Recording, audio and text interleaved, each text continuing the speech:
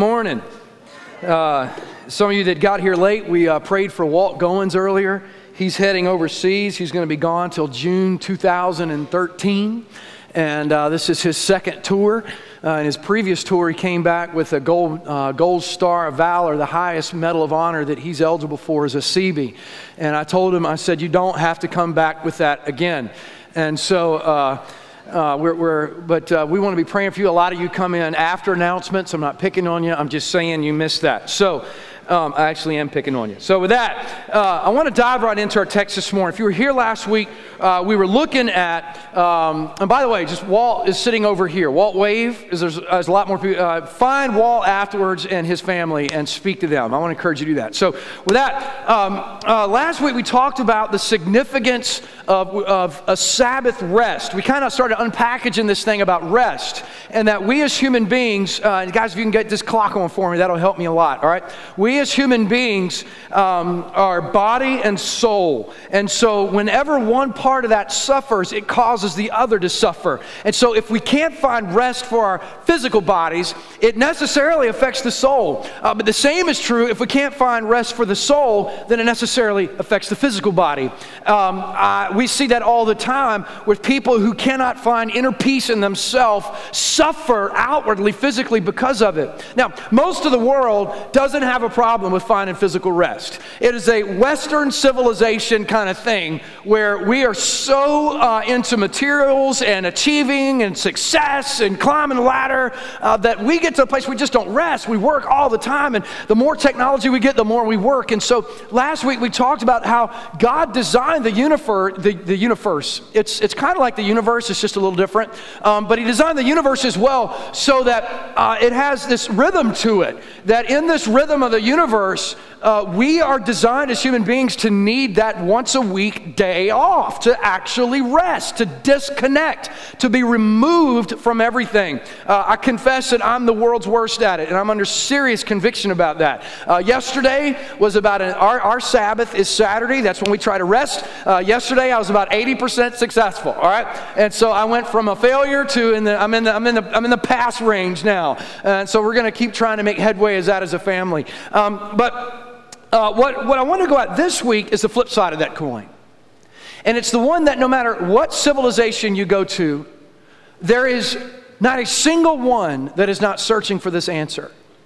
No matter where you get on a plane and fly to when you get off, every civilization in all of human history has been trying to resolve the issue of inner peace.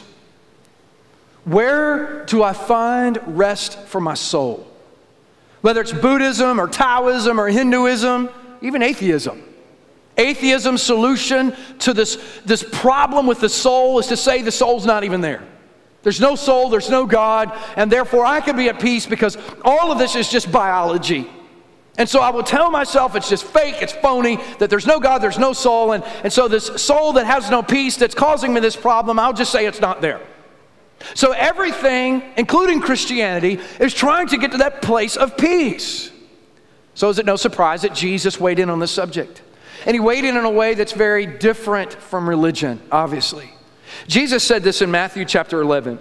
He weighs in on this subject where we are searching for peace in our souls and that part of us that we can't identify. He said this in Matthew chapter 11. Verse 28, "Come to me, all who labor and are heavy laden, and I will give you rest." Everybody say rest. "Take my yoke upon you and learn from me, for I'm gentle and lowly in heart, and you will find rest for your souls. For my yoke is easy and my burden is light."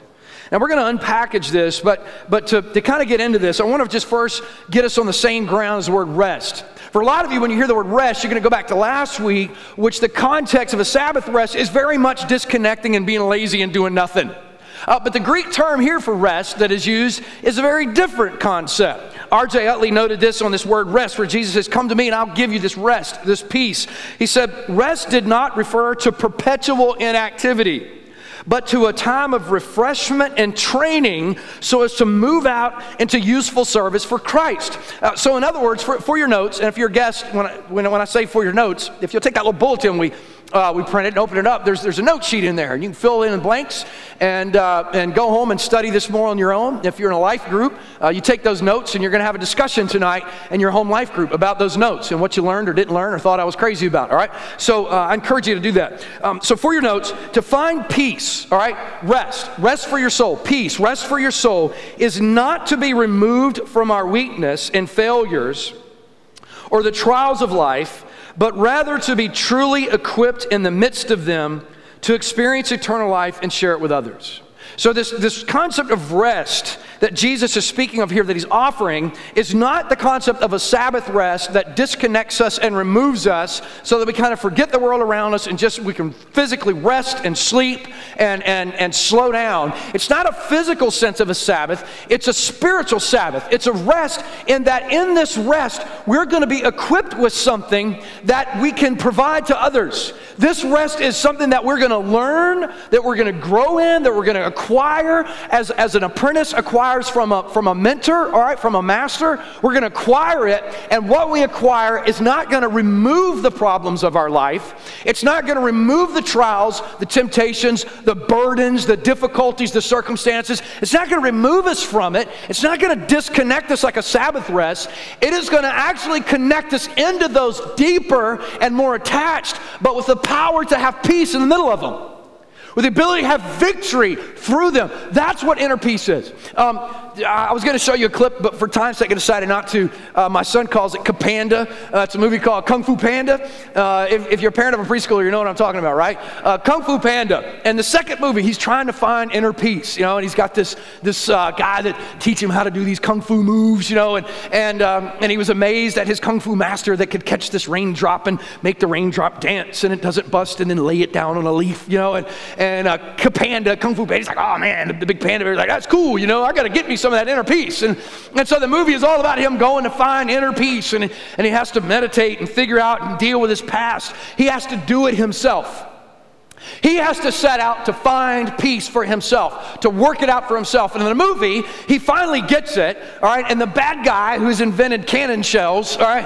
The bad guy's invented cannons, is trying to conquer China. And so now Kapanda, as Ari puts it, he has the ability to catch these cannonballs and swirl them around and shoot them back at the big naval fleet that the bad guys assembled and destroy all of them, and the bad guy with his own cannonballs because he has inner peace and he can swirl them around. Now, the only part about that the Bible would agree with is that inner peace, again, doesn't disconnect us from reality, but it connects us into our circumstances and provides us with an incredible ability to have victory in them. So Jesus, as I just read to you, weighed in on that subject and completely agrees with that concept of what peace produces. Not a disconnect, but very much a connect. Now, there's some key elements in this passage that I want to pull out this morning. The first one, Roman numeral 1 in your notes, is the obvious one that we've been talking about since January, all right? And so I don't really need to belabor the point, because if you haven't got this yet, don't worry, I'll say it again, all right? Christ invites us not to a religion or a philosophy. It's not a system of rules. It's not a philosophy for living to find peace. He invites us to a relationship with him. He says, come to me. Now, the rest of the points are really unpackaged in this. But it's significant that I wanted you to get centered in your head that this inner peace that Jesus teaches, the spirituality that he teaches, is not about some religious system and rules and regulations and days and rights and wrongs. It's not about that. What it's about is a relationship with him. He says, come to me. All right? Now, the second key element is this. Christ only invites those who acknowledge their reality, who acknowledge the reality of their lack of peace. Now again, it's kind of a duh-huh for all you John Boy and Billy fans, all right? It's a duh-huh principle. Christ says, hey look, if all those who labor and are heavy laden, I will give you rest. By default suggesting, if you're not willing to acknowledge that you were laboring or that you were heavy laden, I'm no good for you. All right, I can't help you until you're willing to say you need it. All right, that's kind of the obvious. So for your notes, I'll put this just in case you're thick-headed like me and it takes, really kind of blunt. Peace can't come to those who don't acknowledge they need it. You cannot have peace until you're willing to acknowledge that you need peace, that you don't have it, that you're striving for it. The word toil there, where Jesus says all who labor, the word labor, it means toil. It's not just a casual, you get up and go to work and come home and eat dinner. But he's saying to those who are literally toiling to find peace, who are laboring and putting everything in their life to try to find this. And then he adds something. He says, to those who labor and are heavy laden. For all you English fans, grammar fans, it's in the passive tense, passive use, all right? It's a passive, meaning it's placed upon us. The action is not doing it. Something's doing it to the subject of the sentence isn't doing it. Something's doing it to the subject. That's what passive is. So he says there's a burden placed on you. And this Greek word means a permanent one. There's a permanent burden being placed on you. Those who are laboring to find peace, those who have this permanent burden that's hindering peace in your life. The direct application of that would obviously be the rabbinical laws, 700 and some odd laws that everybody's trying to live up to. And if they don't live up to them, then God's going to strike them dead. And what God had written to Moses in the law had been just like blown completely out of proportion, as only legalism can do, something that was very burdensome and designed to be burdensome so that they would long for the Messiah had been just blown out to like mega burdensome. And so everybody's living their lives thinking God is not happy with them, God's dissatisfied with them, God's going to destroy them because of the sins of their past and the stuff they're doing. They're constantly laboring to get it right. And so you put it into our modern context and you find people who are just trying everything they do to find peace from the guilt of their past, the sins of their past. They labor and they labor and they labor. They try to do more good and more good and more good, but that past just stays with them. They're doing everything they can to get rid of it. Some of the past that some of you are trying to get rid of is something you didn't do at all. It was placed on you. That uncle that sexually abused you. That husband that cheated on you. The wife that cheated on you and ran off and left you. The situation that you got thrown into. You didn't do it. It was done to you. You had a great job, you were doing good, then the business went away, and now you're about to lose your home. It was placed on you. You did what you were supposed to do. You didn't mess up here. And now you're in this mess. This burden has been placed on you. It is a heavy laden, a burden that you didn't ask for. You're not at fault, but it is smack on you anyway, and you can't get rid of it. Jesus says to those of you who are in that situation, you're being constantly defeated in that sin that is ruining your life and everybody else around you. The addiction, the bitterness, it's destroying your marriage. It's destroying your relationships. That constant trying to fill that hole in your life with every kind of pleasure that you can grab a hold of, and it just doesn't work, and so you got to do more and more, and it costs more money and more of your time. And so you just keep feeding it and feeding it and feeding it and feeding it, trying to find peace, and part of it is your own deal, and then part of it's not. Jesus says, guess what? This sermon, it's for you. Come to me. You see, many people want to look at you in those situations and look at me in those situations and say, ooh, negative. Jesus says, ooh, positive. I can bring you peace if you will come to me. Third key element. Christ invites people to surrender to him. All right? So when we start this thing, right out of the gate, it's an invitation to him. It's not a religious system. It's a personal relationship.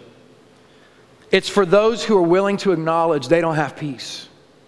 Whether it's placed on themselves by themselves or somebody else, they don't have peace and they need it and they long for it and they want it. But then third, this third key element in this passage that Jesus addresses inner peace is this. He says, take my yoke upon you and learn from me. In other words, Christ invites people to surrender to him as an apprentice surrenders to a master. Now, for some of you that don't know what I'm talking about, historically, people didn't learn skills and trades by going to school. They learned those, and we have the community college system, it's great, but historically, brick masons would learn to lay bricks by becoming an apprentice to a master brick mason. They would learn to be a blacksmith. My great-great-grandfather was a blacksmith. He learned how to be a blacksmith by being an apprentice to a master blacksmith. To be an apprentice meant that you would show up and say to that guy who is the master at it, the one who's mastered this skill set, listen, I want to learn that set. And so that skill. And so the requirement to learn it was you had to give up everything that you said that you knew about it. You had to surrender all of your rights and desires and expectations, and you had to be willing to submit to that master tradesman to learn that skill and go through his process. In other words, you would yoke yourself to him as your master so that you could accomplish that skill. So Jesus is saying, this is how this is going to function. I'm not going to teach this to you as I'm teaching you right now in a lesson. I'm going to teach this to you, peace. I'm going to give you this inner peace and the way that a master will train his apprentice. You're going to be yoked to me. Take my yoke upon me and learn from me. Pfeiffer and Harrison said this about this term, take my yoke. You're going, man, you're getting a whole lot out of it. Take my yoke, ain't you?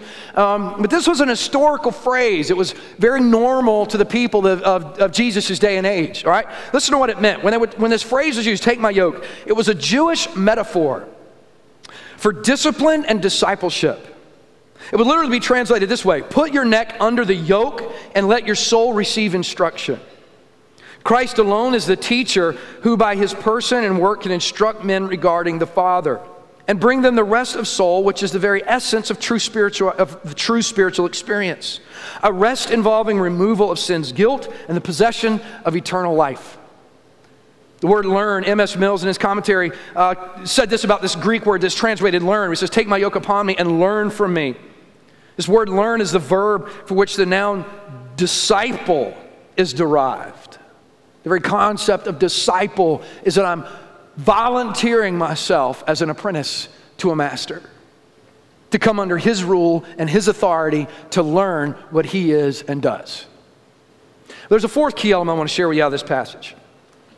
So it's a surrender here, but it's a surrender not just to anything, it's a surrender to the person of Jesus and more contextually to the reality of Jesus, to who he is. Christ is inviting us to submit to him as an apprentice does to a master, but in that context, he's inviting us to submit to the reality that is Jesus. Jesus says this, he says, come to me for my yoke is easy, all right? Come to me, why? He says, for I am gentle and lowly in heart. Take my yoke upon you, for I am gentle and lowly in heart, and you will find rest for your souls. For my yoke is easy and my burden's light. So this invitation for him to be our master and for us to be the apprentice under him, where we surrender all of our rights to him so that we can be that apprentice, all right? And there's no other way to be an apprentice except to do that, all right? It's an invitation to be able to engage in his reality. He says, this is a good thing because this is who I am. I am gentle, I'm lowly at heart. You'll find rest for your souls. Why? For my yoke is easy and my burden is light.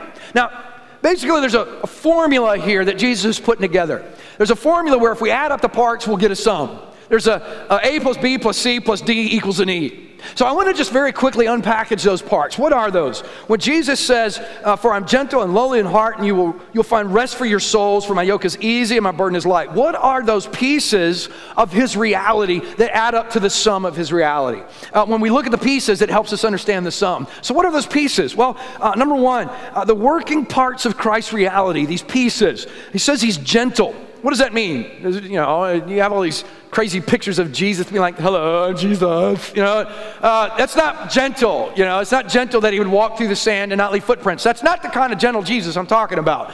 The word gentle means humble. Everybody say humble. All right, by nature, he is accepted and submitted to the will of the Father. I don't want to spend too much time on this. For some of you, it's your first Sunday. It might be your first Sunday attending a worship service since you were a little kid sucking a pacifier. So I don't want to completely blow your mind with what I'm about to say, but I probably will. All right, so I'm sorry. Just go to our website and go to daretoventure.org and click the media link. And I want to encourage you, if you're new to the gospel, new to the Bible, there's a doctrine called the Trinity. All right? It is the fundamental doctrine of all Christianity, whether it's Protestant or Catholic. Both Protestants and Catholics believe fundamentally in the doctrine of the Trinity. It is what separates us from Jehovah's Witness, Mormonism, and every other world religion. All right? We believe that God has existed before time as Father, Son, and Holy Spirit. that the Son in John chapter 1 is called the Logos, all right? He has existed before time as the Logos, and he became, in essence, Son when he took on the form of man, Jesus. James chapter 2 says he considered this deity that he has existed in for all of creation as the literal Word of God. Now you say, man, I'm confused. I thought God was one. He is. He is Father, Son, Holy Spirit, and he's God. Both three and one all at the same time because he was before time. And that's what really gets crazy. All right, so just go research some more of that. I got a bunch of stuff on our website. You can click through that and find that on our research tools and sermons I've preached, and just go have a ball with that, all right? But the point I want to try to make this morning is this, just to follow me on this, all right? For all of eternity, the Godhead, Father, Son, Holy Spirit, Father, the Word, and the Holy Spirit have existed in perfect love. God is love. But they have existed in total unity. Now, all of a sudden, the Word, all right, the literal Word of God, the Logos of God, takes on human flesh, becomes Emmanuel, and walks among us as an impoverished son of a carpenter, born in a manger. And a manger's not a pretty little thing, it's a feed trough for sheep. Born in a manger, a feed trough, lives as an apprentice to his dad, the carpenter, and then eventually sets out on a 3.5-year ministry of preaching and teaching, with nothing but the sandals on his feet and the clothes on his back. He endures every kind of hardship known to man.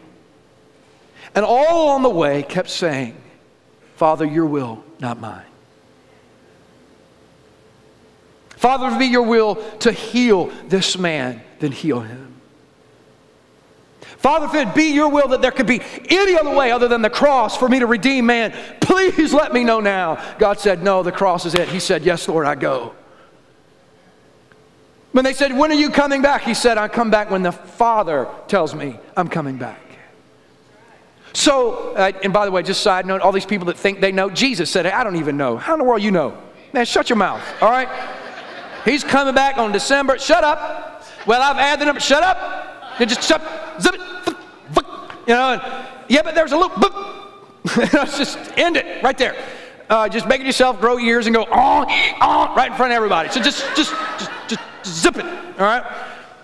So all we see in the life of Jesus is him humbling himself to the will of the Father. You know what's one of the interesting things? In every major world religion, they all say this, that until you can humble yourself and submit yourself to authority, you will never experience inner peace. Isn't that an interesting universal truth? Jesus agrees with that.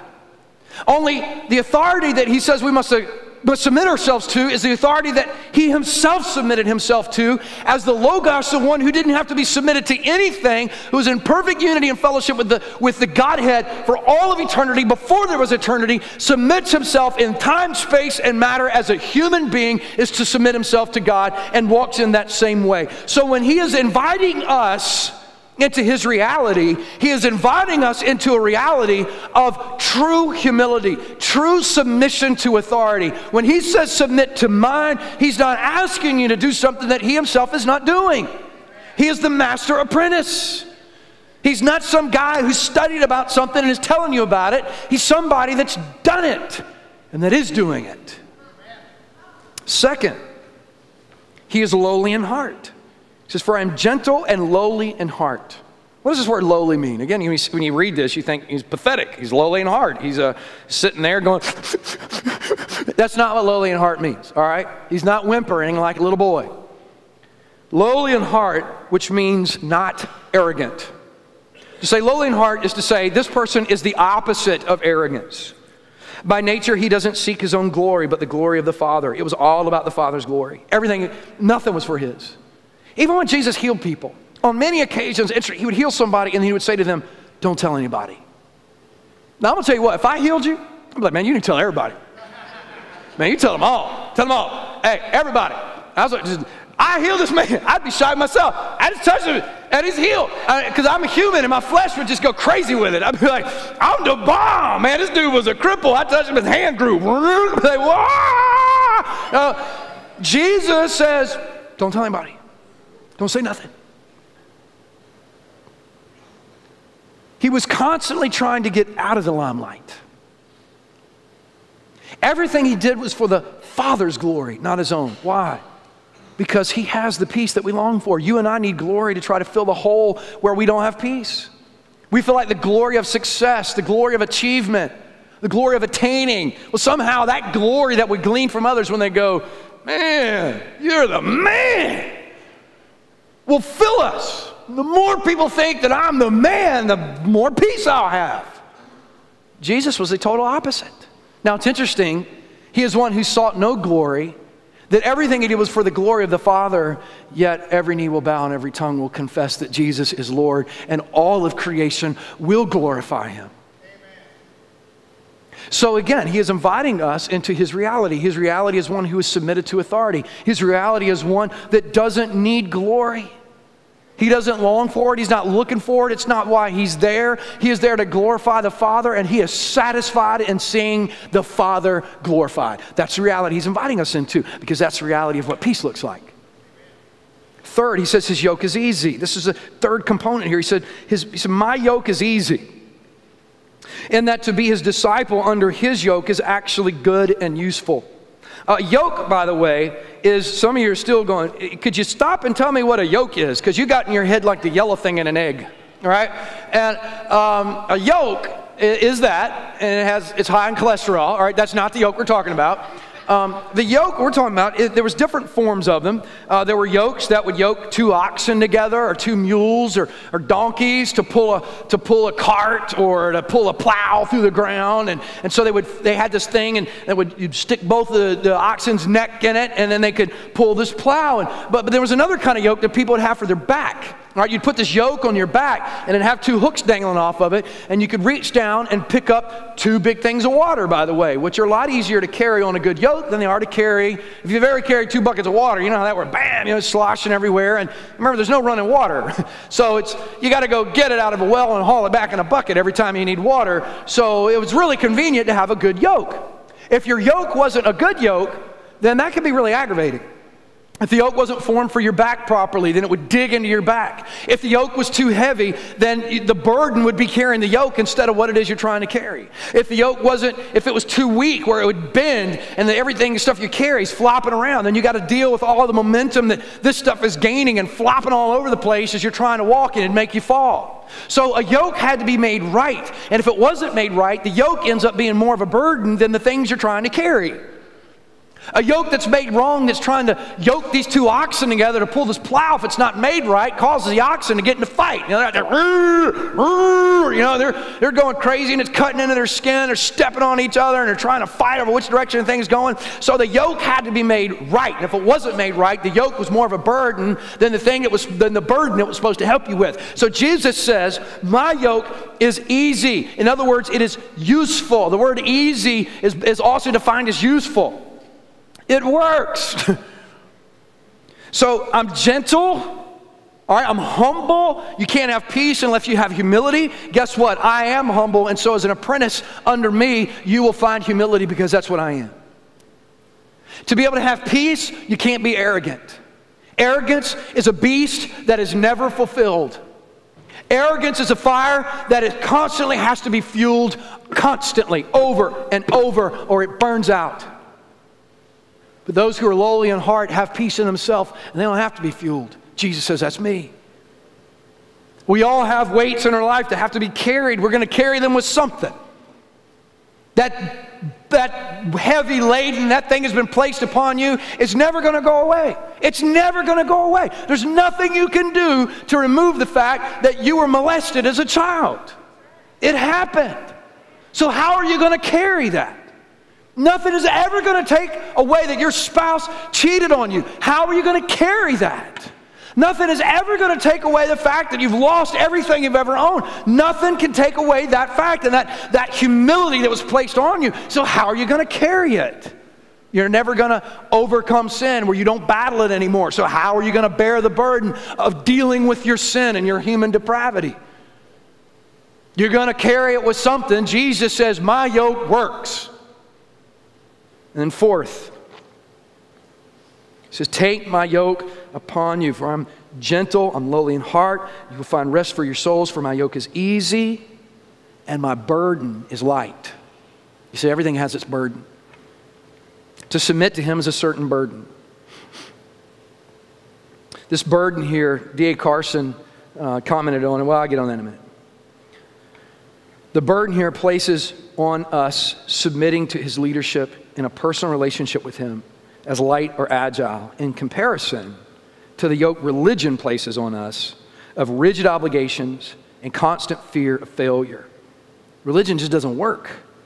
When I first started playing football in Little League, my dad is the ultimate German descendant American, right? He can take a penny and split it 100 ways. I mean, he is as conservative and frugal as it gets. So he wasn't about to go buy me the new football gear. Was not going to happen, all right? I decided I want to play football, which meant at best he was going to buy me some used, but something better even came down the line. You see, a guy who lived halfway up the road, his son had already grown up, went to high school. I was in elementary school, and he still had his football pads from when he played Little League.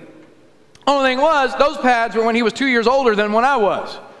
But they were free. And my dad goes, deal. You know, they said, you can borrow my son's old pads and helmet and stuff. You know, and dang pads were dry rotted, you know, and the knee pads were down at my shins. The thigh pads were at my knees. Some of y'all played that same kind of gear, right? And the shoulder pads were hanging down. They were elbow pads just about. I mean, I flopped all over the place. Helmet didn't fit. We had the straps pull as tight as it could go, you know. And we had duct tape on the shoulder pads. They were falling apart.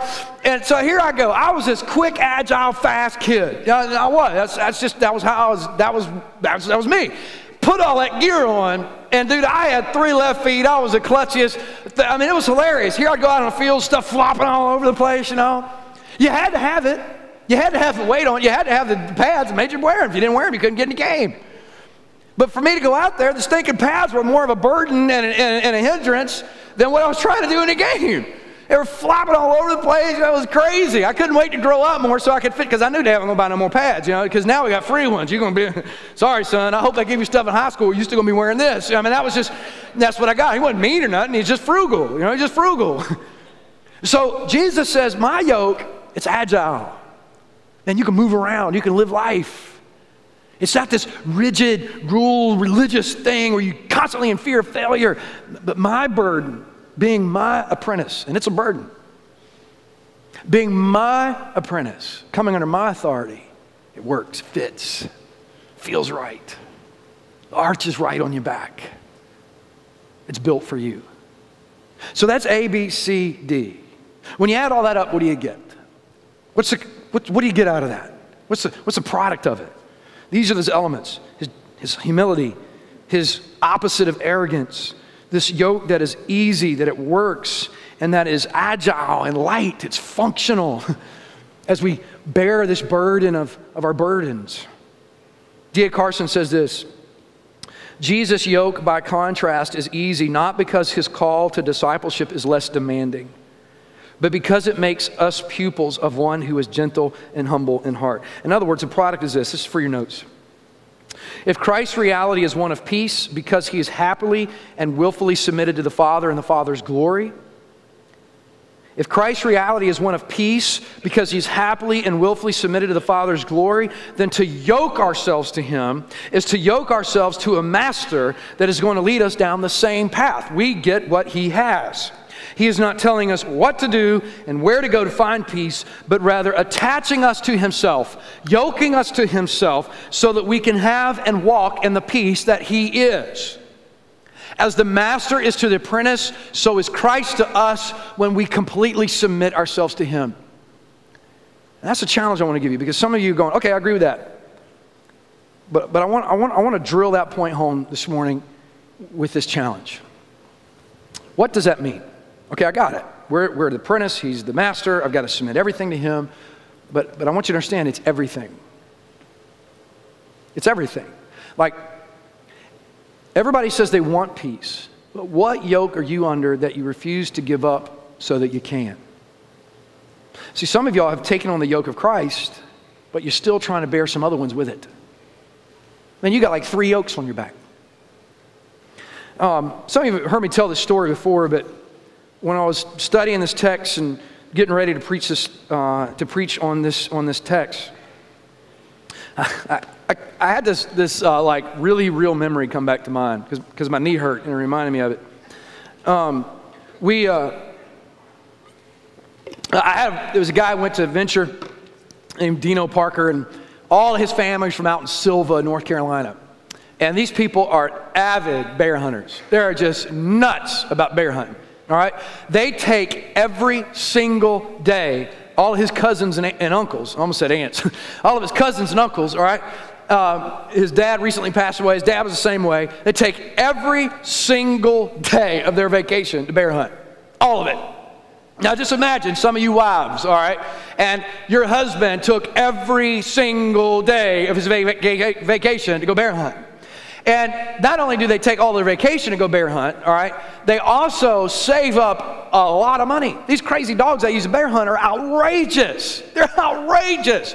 One dog costs like 10 grand. I went into a twitch when I heard that. I was like, I was a nervous wreck. I was scared I was going to shoot one of the dogs, you know. And so I was a nervous wreck. I was like, oh my gosh. And so they save money all year, and then all of his cousins and stuff, they formed their own little bear hunting club, and they put money into the club so that one of the dogs gets killed. I'll tell you why in a minute. When one of the dogs gets killed, they can buy to replace the dog. I think they had a cheap one somewhere for like 6 grand. It was a deal. Like, oh my gosh. So we drive out there. We get on the get in the car, go out there and spend the night at his dad's house. You know, we get up at like some time before a rooster even thought about clucking, and we get up and we get in the truck. We drive out to the Nantahala Gorge, right? All of us were all heading out there. They got their dogs, you know, and we go out to the gorge. They'd already scouted this spot. I mean, these boys are serious, man. They are like sleep during this time. And so they'd already scouted this spot on one of the mountains about a third of the way into the gorge. On the other side of the gorge, there was a path. Now, you students know what I'm talking about because y'all went whitewatering down Nantahala, right? So on the other side of the gorge, all right, on the back side of this mountain, they'd already found some fairly fresh tracks during the night before. And so they sent us, me and a handful of these guys, Dino and his cousins, we got to hike in a couple miles into the gorge to get up on top of this mountain. So when they turn the dogs loose, they'll run the bear right across of us and we'll shoot the bear in the head, right? So that's the goal. Some of you PETA people are freaking out. It gets better. So we take hours, you know, you hike all the way up there, get up there, we're positioned, they radio down, hey, we're in position, they turn the dogs loose, and you know, it takes probably like an hour. It's the only rest we had all day. It takes like an hour for these dogs to get to the top of that mountain. Well, here come the dogs, no bear, which means the bear's behind us, all right? He's already come through. So the dogs come blasting through. We'd had some extra dogs with us, so we turn loose, and boom, here they go, man. And well, now, see, here's where that money I said they put away all year long and spend all their life savings on. They live in trailers and drive 35-year-old cars so they can spend all their money on hunting dogs. You know their wives love them, right? There's some women out here going, not me. You know, so he gonna buy me a ring. Forget that, you got enough dogs. So anyway, here come these dogs. We turn some more dogs out, and they look and they say, we got to go. The deal is, the bear is not scared of the dogs. The bear is annoyed by the dogs, all right? Eventually, the bear is going to stop running.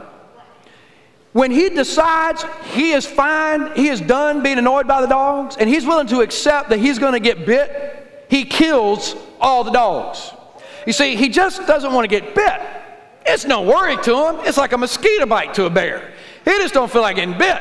So these boys are going, look, them dogs are on that bear. We got to go. So, man, we start running. We're chasing these crazy dogs. The dogs are along ahead. We can hear them barking. They got the little things. They're tracking them. And of course, me being the competitive guy I am, you know, I got to be ahead of all of them. And so here I am out. I'm running out in front of them. I got to stay at least, you know, a couple yards, 10, 15 yards ahead of them at times. And they're hey, turn down that path that way. And all right, I got it. I'll get there for you guys. Got it. You know? And so we're running. And we finally get to this place where we can hear the dogs below us, and their bark had changed. They bark a certain way when a bear is treed. They bark another way when it's cornered. They bark another way when they're chasing it. So they could tell by the way the dogs were barking that the bear was treed. Well, that sent everything into like super high gear, because that meant the clock was clicking. That bear's up that tree. He's getting himself a rest, and then he's going to come back down. He's going to kill all them dogs. All right, so it's on now. It's on like a break of dawn. They got $100,000 worth of dadgum stupid dogs down there that stink when they poop and wreck everything. I'm like, you people are crazy. This is awesome. So, you know, it's like conservatively speaking, about 150 yards down this ravine. Now, if those of you went whitewater, you might have saw a rock quarry along the way. We were just above that rock quarry. So we got to get down into this ravine, all right? And it was so steep, it was safer to slide down than to walk. All right, so we're sliding down. We're holding on this mountain laurel. We're sliding down. We got our guns. We get down there to the bottom. Get there, sure enough, there's the bear. He's in the tree. Dog's going crazy. And we get up there, and the deal was we're all going to shoot at once. Everybody shoots at the head. And for you Peter people, you can imagine that it was, so that the bear would die quickly and not suffer. For the rest of you, it was so that the bear didn't get injured and come down, kill the dogs, and kill us. So if you shoot him and you wound him, you're all dead. So you need to kill him. All right. So we 1, 2, 3, boom. We shoot. Everybody hits the head. Thing falls down dead out of a tree. Boom. Man, we're all excited. This is great. This is awesome. We've killed this bear. I got all this adrenaline going. We have run miles in the mountain. Ran. All right. I'm just like, this is the most awesome experience I've ever had hunting. I mean, I was just blown away. I was just like, wah! I'm taking pictures, and with my phone, I had this little cheap junk phone. I'm trying to take these pictures. You can't even really see the bear in them. It's just so bad. I'm taking pictures of this thing. I'm thinking, man, I should have brought a video camera. This is awesome. So we get all these pictures, and we're all getting our pose with the bear, and all this, and propping them up. Man, it looked good that way. This thing these guys said was about 275 pounds. So we cleaned the bear out now. All right, cleaned the bear. They got the hide, and Dino wanted the hide and the head. So he takes that, and then I decided, because of the competitive man I am, and I want to show all these mountain boys that, former, athlete, Virginia Tech, Liberty University, I'm the man, So I say, I'll hike the meat out. I'm thinking I got some nice backpack, from like REI or something. Nope. These boys are mountain boys. They done made this thing out of a daggum, I don't know, steel wool. I don't know what this stinking thing is made out of, and some duct tape straps or something. It was 2 straps and a satchel, a bag. It didn't have no braces in it, hip lock, none of that stuff. It's just a big old bag with two little ropes attached to it, and you tie it at the top. So we put, 100 pounds of meat in this thing, however much meat you get out of a 275-pound bear, put it all in this bag, and I'm going to hike it out. Now, y'all remember the part of the story where we slid down 150 yards? I got to go back up that with all this meat. Now, the rest of those guys, they're all teaming up to help each other carry the hide, the skin, and the head. I, on the other hand, need no help. I am man. So I'm going to carry it up myself. And I got to beat them, right? Because that's just the ramble in me. I got to beat them up the hill. And I can't make them, So I'm constantly looking back. I'm getting further and further away from them. I'm getting up this thing. I'd stop, take a break. Well, about halfway up, I feel this in my knee, this thing shoot out the side of my knee. Doctors call it meniscus. It tore in half and shot out the side. And I'd already had, I think, 4 knee surgeries up to that point, 3, 4, I can't remember. I've had 8 on that knee. So you lose count. So I knew exactly what I did. I knew what had happened. I done torn this meniscus in my knee. I'm thinking, oh my gosh. About that time, one of them hollers up, "You all right?" "Yeah, I'm fine. I'm good to go, man. No problem. This is easy." Tighten that thing up. I ain't letting these boys think I can't handle this. Back up the hill I go. I get to the top of that hill first. I holler down, "Hey, you all right?" "Man, we're wore out." "Well, I feel great. I'm going to keep hiking." 4 miles to the truck. Now I got this meat, 4 miles of truck, knee swelling all up. By the time I get there, I can feel my knee pressing into my pants. It's so swollen. Get there, take the meat down. They finally catch up. I'm kicking back. "You guys all right?" They're like, "Man, that was hard.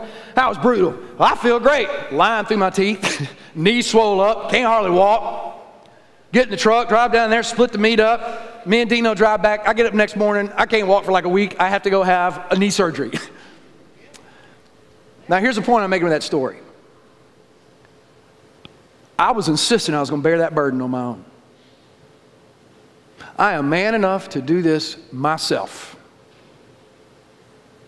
And a 50 cent, 75, 30 bullet, and a, $40 hunting license, and the pride that went along with it cost me a few $1,000 for a knee surgery, because I'm going to do it myself. And it didn't matter how bad it hurt. The more intense I got that I'm going to do it myself. And that's exactly where some of you are right now. Inside, you're tore up. You've got no peace. You're the one who is toiling and heavy laden. And that's not going to change. until you're willing to come to Christ and lay it down. Until you're willing to say, you can't do it. God,